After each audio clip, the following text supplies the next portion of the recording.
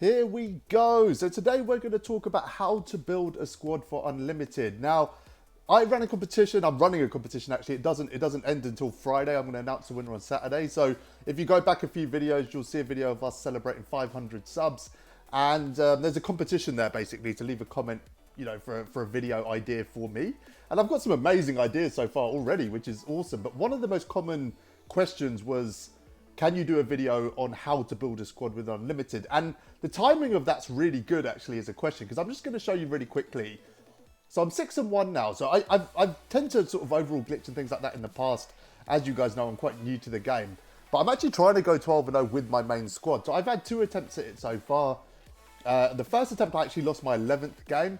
Quite frustratingly to sort of a weird sort of algo game where I was giving away multiple 3-point fouls and things like that. But, I lost the game. I could have played better and I just have to take the L, I guess. I tried again and then I lost my... What did I lose? I lost my 6th game this time, so I've won one more since. I just lost that game. That guy was way better than me. He had a really good squad as well. But, overall, I'm sort of 16-2 since using my main squad. And I find it interesting because I've clearly leveled up at the game. I call myself an average player, and I know people have an issue with that, like now, which is fine. Maybe I'm above average now, and maybe I'm even better than that. I don't know. That's for you to decide. But what I do know is I'm definitely having more success with my main squad than I've ever had. And part of it is because I'm kind of associating with, high-level players.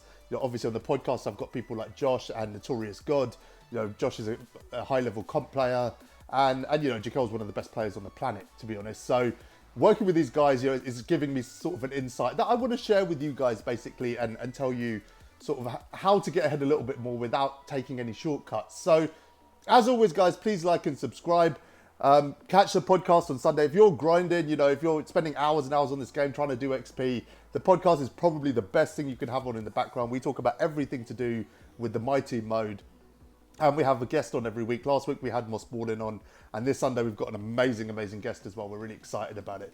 But getting into today's video, this is the squad I've been running. So you don't need to run a 13-man squad. It's actually not going to change your matchups. If I throw in sort of 3 higher overall players here, it's not going to change my matchups because it kind of, between sort of 90 and whatever, 97, I mean, you're just going to get matched up with those people. But the key is, like, what are you looking for in your lineup? How do you build a balanced lineup that is going to be competitive, that really, I think, fundamentally is not going to kind of have a major weakness that your opponent can expose again and again? And you guys will know what I'm talking about. You will have played games where, your opponent sort of finds one exploit and just keeps running it again and again, whether that's getting inside because your centre's not strong enough, whether it's hedging off your centre because he can't shoot. There's a whole host of different things that people will do if they see a weakness in your squad. And I think this squad is pretty well balanced in terms of not really having any weaknesses. Now, it could be better. There's some amazing cards in the game right now. We've got cards like LeBron James and Melo, and then Anthony Davis. There's a whole host of players. But this squad will do the job. And let me just walk you through what I think is important. So for me, every player on the court needs to be able to shoot. That is the key. If you're going to play sort of with your main squad against other elite players, shooting is fundamental. So, if you're running sort of a centre who can't shoot, I think your odds already are going down drastically in that game. So Mikhail obviously has a fantastic shot. I think he's probably got the best shot of any centre. I might chuck a shoe on him actually, but with the coach, he's already up to sort of a 93. I think that's a 3-point boost with my coach.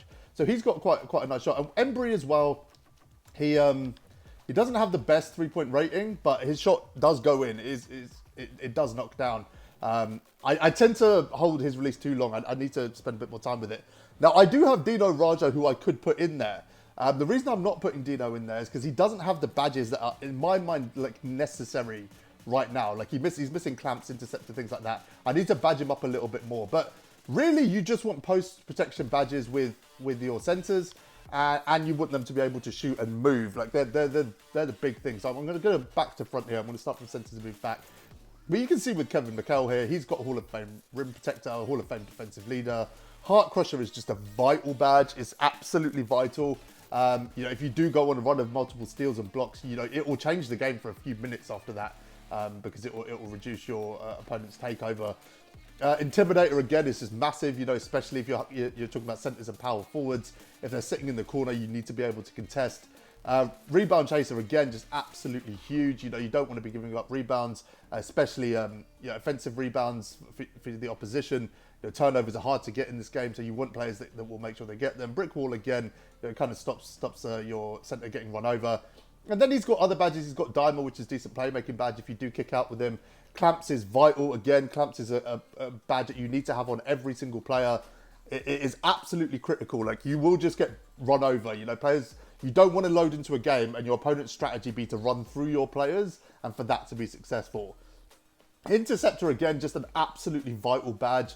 You know, the way the meta is now, you are playing, you know, in the passing lanes, there's a lot of off-balling, things like that. And you can play on-ball defense and, you know, get on-ball steals, which I kind of mix in and out. But, you know, I need to know that if my player throws a bad pass, that you know, Mikhail is going to grab it. And again, Interceptor becomes a really key badge.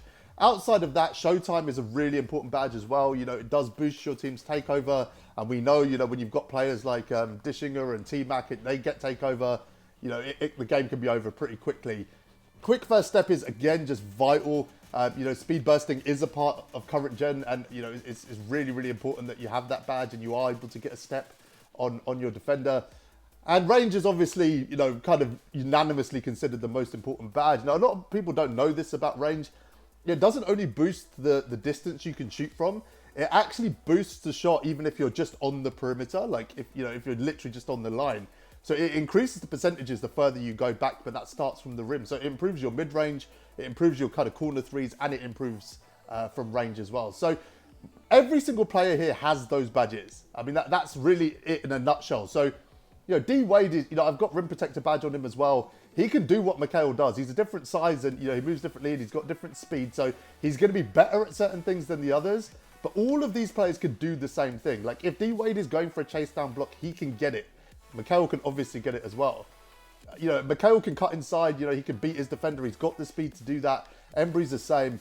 But basically, that's it. You know, you just want a really good balance. So when every player on the court has those badges, those attributes, you know, speed 90 plus, you know, 3-ball 90 plus, that's really what you're looking for. Again, there are some exceptions, like Embry's 3-ball isn't the best, but I am fairly comfortable with his release. Same with Aaron Gordon, to be honest, but they're bench players as well. But basically, every player in my lineup can do the same thing. And there isn't a weakness, right? The big reason I say you need a center who can shoot is 9 out of 10 games I play, if I'm being entirely honest, I'm playing someone who's paint sitting, right? So you need to be able to knock down that corner three with the center because they're just going to leave him wide open. And I win so many games by just hitting a three with my center early in the game, and my opponent has no idea what to do next. If all they've ever learned to do is paint sit, they don't have a plan B and they can fall apart really, really quickly. But yeah, that's kind of it in a nutshell. So I actually want to show you some gameplay. What I'll do is I'll show you a compilation. I think I'll put a montage together instead of kind of boring you with the kind of walkthrough. But you will see in that montage, you know, all of these players doing different things. You will see me playing on-ball defense and Clamp stopping him getting on the inside. You'll see me, you know, playing off-ball defense and Interceptor kicking in. You will see range extender. You'll see us knock down some threes. Like, you'll kind of see all of it, but you'll see, you know, the guy I'm going to play, I'm actually going to play a game against someone I know called Jack Curry. Last time I played him, he beat me by 30 points. He is absolutely amazing. He's got a God squad. Like, his team's worth about 2 million MT. You know, we're running largely free cards here, but they balance out. But you will see us do those things in that game. You know, win or lose, it's not going to be an easy game for him. You know, I feel like the squad is stronger than it was last time I played him, and you know, that says a lot about the kind of cards that they've released. But I feel like these cards can stop his God squad, and it's just because of the balance on the team. It's not down to one particular player. You know, it's not because I have T-Mac. It's because I have all of these players, and all of these players are so versatile. They can stop people on the perimeter, they can stop people in the post, they can shoot the three, they can dribble and get inside, you know, they can run off screens, they can set screens, you know, they can just basically do everything you need them to do, as long as you're playing relatively well in the game. There isn't a weakness here. So that's basically it. Like that, I don't want to go into more detail than that, but maybe one other thing I'll add is, you know, people are running cards like Ben Simmons. Like, for me, it's really important that all 10 of these players can shoot. It is important. It's not vital. And maybe with the center, it's the same. As long as you can hide these guys, you know, if you've got a center and you're really good at posting up or fading away and things like that, and you can get inside when he's open and you know, not rely on the three, then great, you can do that. Ben Simmons is a weird one. Like, you know, there's obviously other cards that are just sort of rim running cards. I need my point guard to be able to shoot. But if you can hide him, like, you know, if you're very good at getting inside, you know, you're a dribble god in this game, and you can get Simmons to the rim again and again. Obviously, his defense is elite as well, so he'll force turnovers. It's not like the card is useless. Again, if you're really good at shooting, if with the other four you're knocked down, you know, you can have a player in the team that can't shoot. But for me, I think the center has to be able to shoot. I think it's so, so important. So as we load into this game, it's important to remember that cards don't have to come with those badges. I've added a lot of badges to those players. Badges are really cheap right now because 2K have just flooded the game with them in badge packs in recent weeks. But you can basically turn cards like MPJ, Dino, you know, there's really cheap cards for like 2K, some of these cards are, that you can basically turn into opals with the right badges. Things like tendencies, shoes, coaches, that's all important as well, but that'll come in a later video. But you can see here, Jack's got a great squad. He's badged out his team as well. He really knows what he's doing. He's got, you know, you can see he's got a 4 and a 5 that can shoot. He does know what he's doing, and he'll have the same sort of versatility as me, so I'll keep in a lot of his highlights as well. Like I said, he really knows what he's doing. He's an elite defender. He's elite on offense. Really, really good at the game. But for now, let's just get into the montage. I know how much you love them. Don't forget all the things you've been taught, you've been told. Don't blink, don't run, don't turn left or turn right or look straight at the sun. My mind's going in circles, I'm trying to fight it. Getting these voices inside to stay quiet. Gone to the place where all this began. Just start again. Oh, you won't see the light until the dawn breaks. No, till it's all said and done, you won't know what it takes. Gotta make a wrong turn and turn around. Gotta fall first to pick yourself up off the ground. Until you get lost, you'll never be found. And you can't start again until you break down.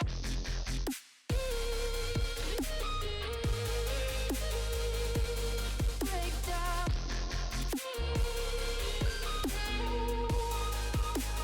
Until you break down.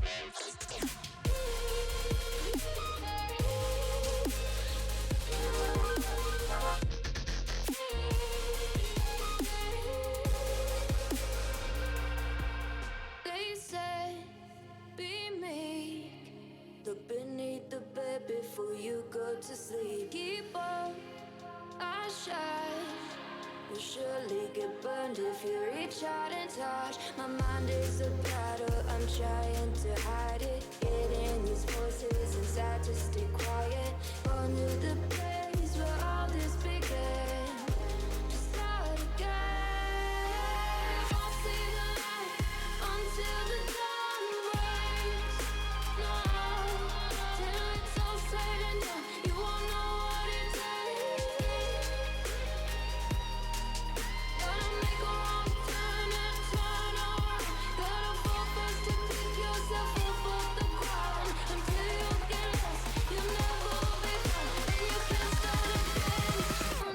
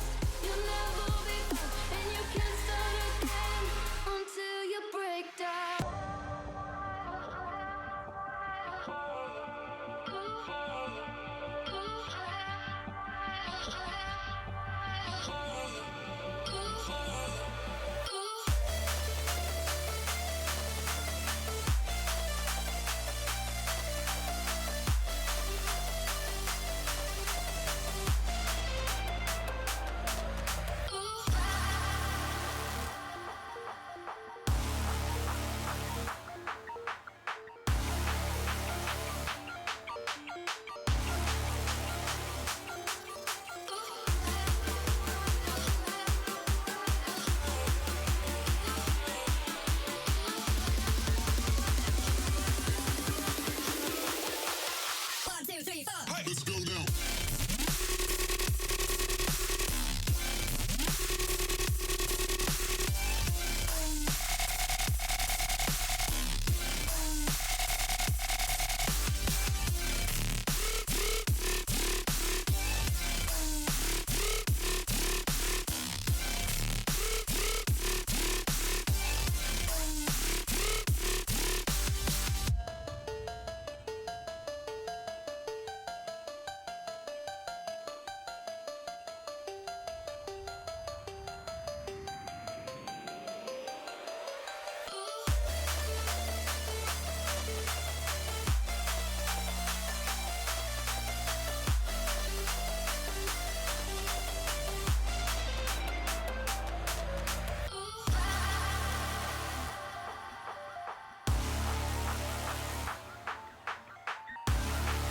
So there you have it. The team played really well.